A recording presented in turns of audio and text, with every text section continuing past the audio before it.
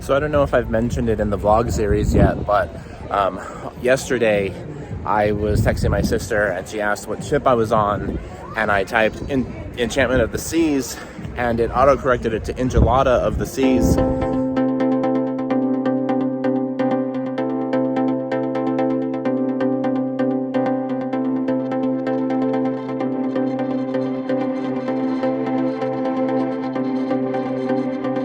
Good morning, friends.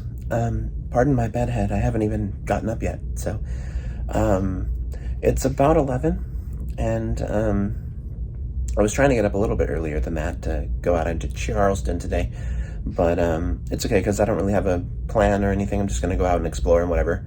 But that's the thing about being in an interior. It's really hard to, like, I don't know, get motivated to get up.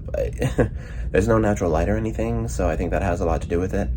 But anyway, I'm gonna get ready and I'm gonna go figure out how to get out there. So we'll talk soon. So I made my way down to the Centrum on deck 4 because that was the deck where the gangway was located for this port. At ports in the Bahamas, the gangway is usually much lower than that, but since this is a port where ships often start from, the gangways are set up to have you enter into the main part of the ship. The thing that's cool about the port of Charleston is it's actually just a small walk over a bridge to get into like what is downtown Charleston, and it's honestly a really scenic and historical looking place. Some ports require you to like Uber or take transportation to other places. But this port is perfectly located in relation to all kinds of shops and restaurants and things. And one of the restaurants I'd heard good things about was Brown Dog Deli, so I decided to go there for lunch.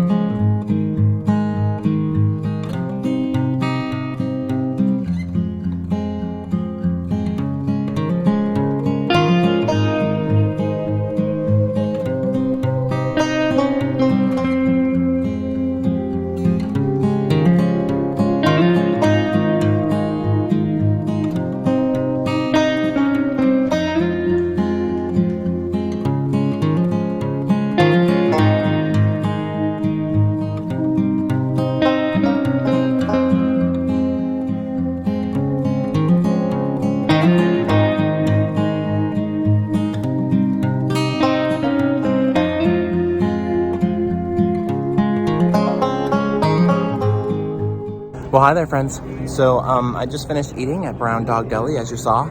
It was great. I got a grilled cheese sandwich, which I know sounds really simple and basic, but it was an advanced one, an elevated one. Nothing, you know, not the kid style one.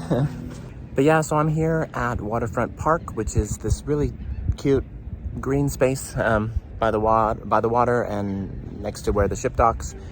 And I was gonna go do that whole shopping warehouse thing, but one, I'm not much of a shopper, and two, I don't really feel like I have enough time to fully experience it.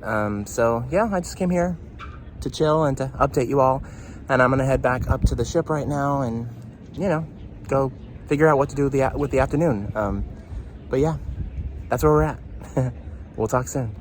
After that, I continued down the waterfront path, and that led me to kind of like, I guess, what is the main area of the park, where they have like a fountain and different like signs and monuments and things, and of course all kinds of vegetation and garden space. I really ended up liking Charleston a lot, and I hope I get to go either on a cruise that has a port stop there in the future, or maybe even on a cruise that starts and finishes in Charleston, because there's hotels and stuff right across from the pier that I could literally walk across the street from. And then after that, I had about 45 minutes until the all on board time, so I made my way back onto the ship, and I wanted to get some footage of what Charleston looks like, kind of like from the upper deck level. And as you can see, it did not disappoint, and you can also get an idea of exactly how close the downtown area is to the cruise port.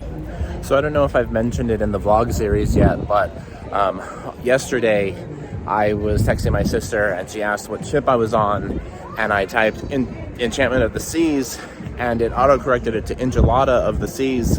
Sorry, it's a little windy up here. But yeah, I thought that was just hilarious. But I'm pretty sure I found the tortillas on this ship. Don't those look like tacos? It was actually a really nice day in Charleston, so I decided to hang out on the pool deck for a little bit and just sort of people watch. And at one point I made my way to the stern of the ship where I noticed that they were undoing the mooring lines. And this took them several minutes, but it was actually cool to watch. Although I did hear afterwards that one of the lines got pulled into one of the thrusters, so that was kind of an issue. But anyway, it didn't seem to affect things too much. It's a little bit crazy to me how just a few ropes can keep such a large vessel connected to the dock like that, but obviously those ropes are really thick. There's a lot of them, and judging by the amount of effort that went into disconnecting them from the little nubs on the side of the pier, they're probably really heavy. And then after that we started moving, so I made my way to the bow of the ship because I wanted to see kind of more or less what direction we were headed in and how all that looked and worked. We were originally driving towards this bridge and I thought we were going to go under it, but then we just flipped a 180 and went the opposite direction. It's always impressive to me how maneuverable cruise ships are. They have, different types of motors and thrusters and things that allow them to move pretty easily in different directions. And then from there I wanted to do a vlog update, so I went in search of a nice quiet place to record. Well, hello there, friends. It is dinner time. Hopefully it's not too loud right here. I thought it would be nice to come out and get like an oceanside view for this, rather than just being in my stateroom all the time when I film these. But anyway, I'm ready for dinner. I'm hungry.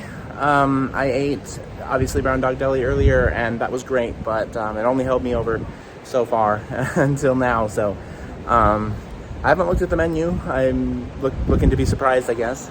But we'll see. I missed last night, as you know. I did Lido Buffet, so we'll see how it goes with my table mates and all that. But I'll take you with me. We'll see what we see and do what we do, and we'll talk soon.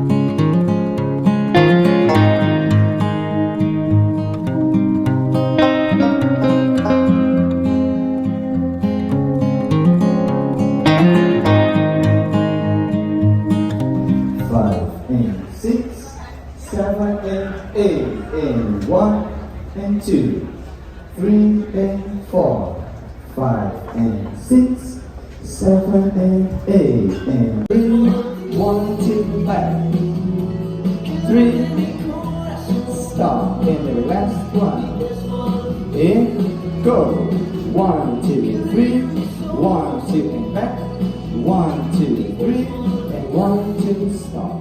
So I was actually the only one at dinner that night. I didn't know until afterwards what happened to my table mates, but I'll actually explain that in a future video. But it was nice being wined and dined solo. I hadn't done that in a few cruises since, one of the COVID protocols used to be that you couldn't be sat with other people, and obviously that's since been lifted. So it reminded me of the good old days, if you will, even though I did miss my table mates. I wasn't feeling particularly social after dinner, so I decided to watch some TV. They had announced earlier in the day that the Oscars would be airing, so I watched a little bit of that. I ended up turning it off to get a snack before the now infamous Will Smith Chris Rock slap, which is kind of a bummer that I didn't get to see it live, but it was something that obviously everybody was talking about the next day. Hi friends, so I'm here in the solarium. Hopefully you can hear me because it's actually quite loud in here, but I am waiting because there's supposed to be an LGBTQIA plus event this evening. Self-hosted as usual, that's how they normally do it, but here at the Solarium bar. So I'm actually really early. It's 8:15 and the thing doesn't start till 9, so I might actually go down and get a drink from the R bar in the Centrum and come back up. I'm not sure.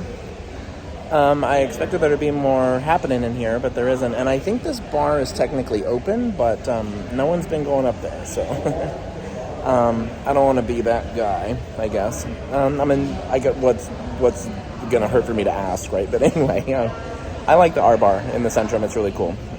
My favorite bartender's there. Her name is Heidi, so shout out to you, Heidi, if you're watching. And we'll talk soon. The LGBTQ meeting did end up happening, even though there were only 5 of us and I was the youngest by like 30 years, but it was a pretty cool group of guys nonetheless, and a few of us commented on the fact that the Solarium bar was closed, like how you gonna keep the gays around if there's no alcohol, but that ended my night and then I went to bed. I did record a good night vlog update for you all, but for some reason the audio quality was really weird, so I'm just gonna leave it post-commentary voiceover instead. I want to thank you all for watching. Be sure to like, comment, share, subscribe, all those fun things. We'll talk soon, and you all have a good night.